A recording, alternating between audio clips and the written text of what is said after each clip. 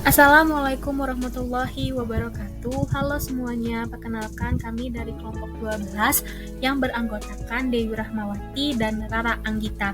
Kami dari Prodi Pendidikan Administrasi Perkantoran kelas A angkatan 2019 Fakultas Ekonomi Universitas Negeri Jakarta.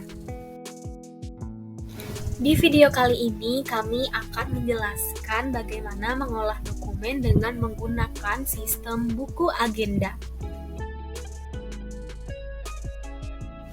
Pengertian buku agenda. Buku agenda ialah buku yang dipergunakan untuk mencatat surat masuk dan surat keluar dalam periode 1 tahun. Buku agenda biasanya diterapkan oleh organisasi atau instansi yang belum menerapkan kartu kendali.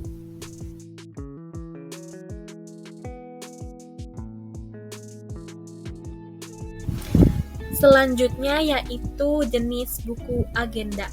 Pertama, buku agenda tunggal adalah buku agenda yang memuat surat masuk dan surat keluar secara sekaligus dalam satu format dan berurutan pada tiap halaman.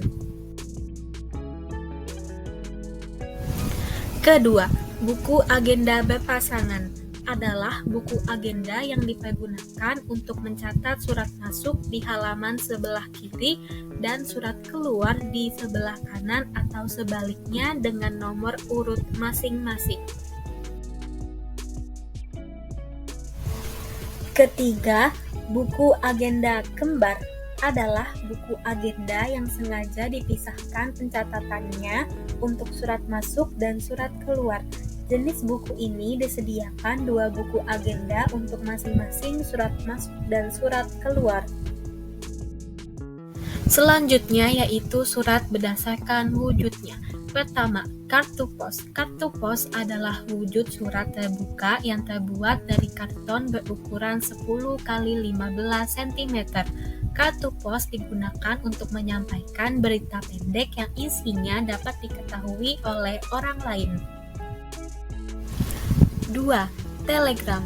Telegram adalah surat yang susunannya ringkas dan jelas.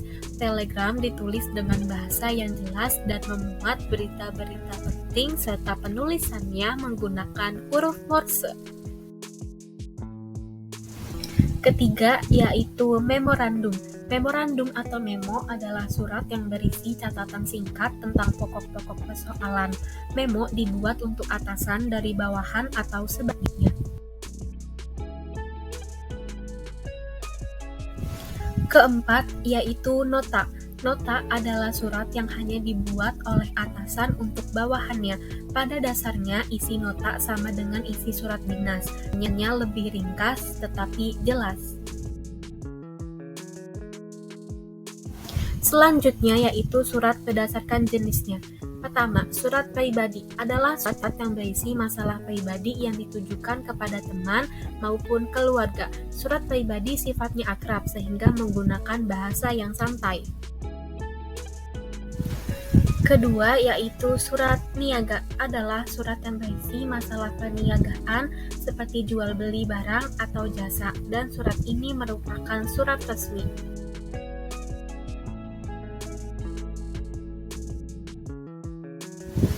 Ketiga, yaitu surat dinas adalah surat yang berisi masalah kedinasan atau instansi pemerintahan. Surat ini dikirim kepada semua pihak yang berkaitan dengan instansi tersebut.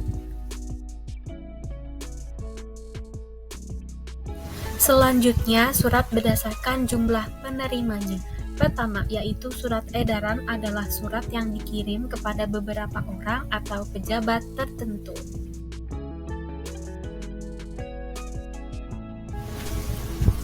Kedua, yaitu surat pengumuman. Surat pengumuman adalah surat yang ditujukan kepada para pejabat, karyawan, dan masyarakat umum. Berikutnya, surat berdasarkan keamanan isinya. Di sini terdapat 3 jenis. Yang pertama, surat sangat rahasia. Surat ini berisi dokumen atau naskah yang sangat penting yang berhubungan dengan rahasia keamanan negara ataupun rahasia pribadi seseorang. Kedua, surat rahasia. Surat ini berisi dokumen penting yang hanya diketahui oleh pejabat yang berhak menerimanya saja. Ketiga, surat biasa. Surat ini berisi masalah umum dan bukan rahasia yang bila diketahui orang lain tidak merugikan lembaga atau pejabat yang bersangkutan. Berikutnya, surat berdasarkan urgensi penyelesaian. Yang pertama, surat sangat segera, yakni surat yang isinya harus sesegera mungkin diketahui oleh penerima surat dan harus segera mungkin diselesaikan atau ditanggapi. Penyelesaian surat ini harus lebih diprioritaskan daripada surat lainnya. Yang kedua, surat segera. Surat ini adalah surat yang harus segera diketahui dan ditanggapi. Penyelesaian surat ini tidak harus dilakukan pada kesempatan pertama, namun disesuaikan dengan pedoman yang berlaku pada instansi yang bersangkutan. Berikutnya, surat berdasarkan prosedur pengurusan. Yang pertama, surat masuk. Surat masuk ialah suatu alat komunikasi tertulis untuk menyampaikan pesan atau informasi dari satu pihak kepada pihak yang lainnya. Yang kedua, surat keluar. Surat keluar ialah surat yang dilengkapi dengan tanggal, nomor, stempel, dan ditandatangani oleh pejabat yang berwenang yang dibuat oleh suatu instansi atau lembaga lain. Surat keluar biasanya dikirim melalui pos atau kurir lain. Berikutnya, surat berdasarkan jangkauannya. Yang pertama, surat intern. Surat intern ialah surat yang hanya digunakan untuk berkomunikasi dalam suatu kantor atau instansi yang bersangkutan. Kedua, surat ekstern. Surat ekstern ialah surat yang digunakan untuk berkomunikasi dengan pihak-pihak di luar kantor instansi yang bersangkutan. Berikutnya, macam-macam bentuk surat. Di sini terdapat 3 macam bentuk surat. Yang pertama, full block style.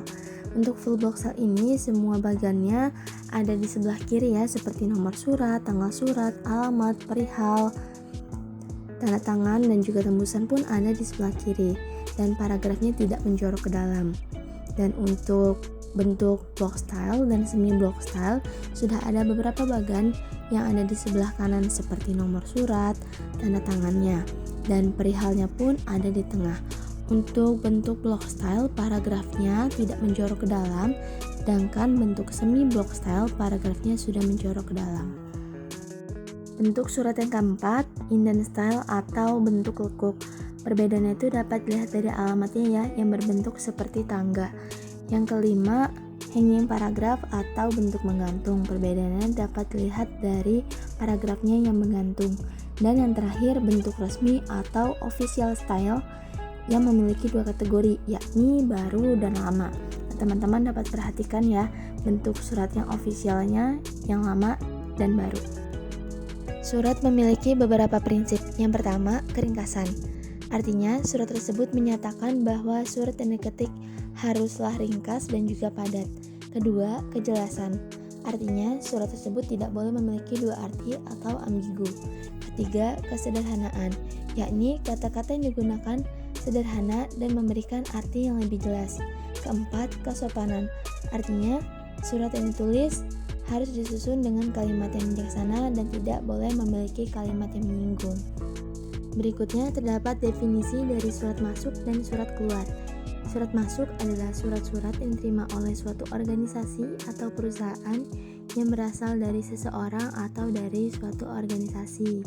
Sedangkan surat keluar adalah surat-surat yang dikeluarkan atau dibuat oleh suatu organisasi untuk dikirimkan kepada pihak lain, baik perorangan maupun kelompok. Berikutnya, prosedur dalam penanganan surat masuk sistem buku agenda.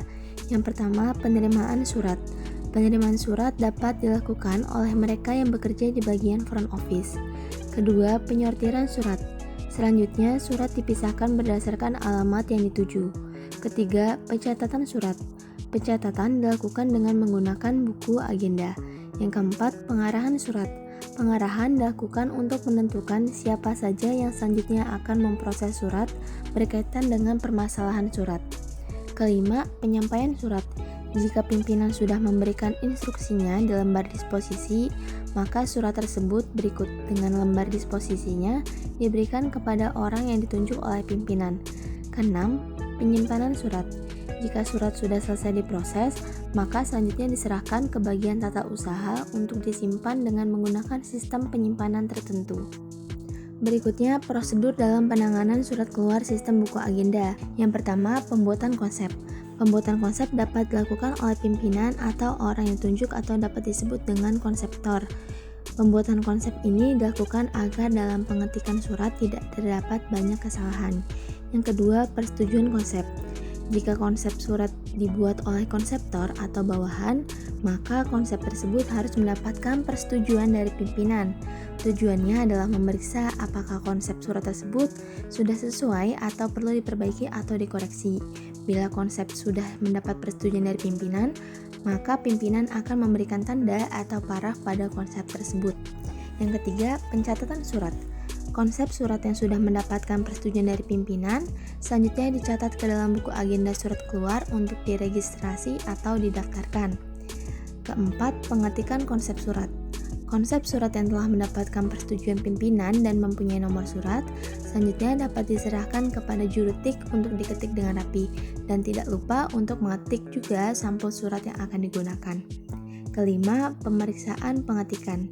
Juru tik harus memeriksa pengetikannya sebelum surat tersebut di-print atau dicetak, dan jangan sampai ada kesalahan pengetikan sekecil apapun. Keenam, penandatanganan surat. Setelah surat sudah selesai diketik dengan rapi, maka pejabat yang berwenang atau bertanggung jawab terhadap surat tersebut membubuhkan tanda tangan dengan nama yang jelas. Ketujuh, pemberian cap dinas. Surat yang telah ditandatangani oleh penanggung jawab selanjutnya diberi cap dinas atau stempel sebagai tanda sahnya surat. Kedelapan, melipat surat. Surat yang asli dikirim ke alamat yang dituju dengan dilipat dengan rapi menggunakan aturan melipat surat. Sementara tembusannya atau lembar kedua disimpan sebagai arsip tanpa dilipat karena akan disimpan ke dalam map atau folder di laci filing kabinet. Kesembilan, penyampulan surat. Surat yang telah dilipat rapi selanjutnya dimasukkan ke dalam sampul yang telah disediakan dan direkatkan dengan lem secara rapi.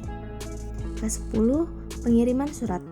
Jasa pengiriman surat merupakan suatu hal yang tidak dapat dipisahkan dalam proses prosedur pengurusan surat, baik surat masuk atau surat keluar.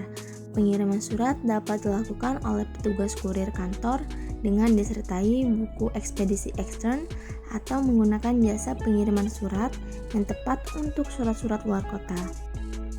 Dan yang terakhir, ke-11, penyimpanan surat. Surat yang asli dikirimkan kepada alamat yang tuju, sedangkan tembusan atau lembar kedua disimpan sebagai arsip. Penyimpanan dilakukan dengan menggunakan sistem penyimpanan, misalnya sistem abjad, subjek, tanggal, sistem nomor, dan sistem wilayah. Baik, itu saja materi yang dapat kita sampaikan. Semoga materinya bermanfaat. Kurang lebihnya mohon maaf. Wassalamualaikum warahmatullahi wabarakatuh.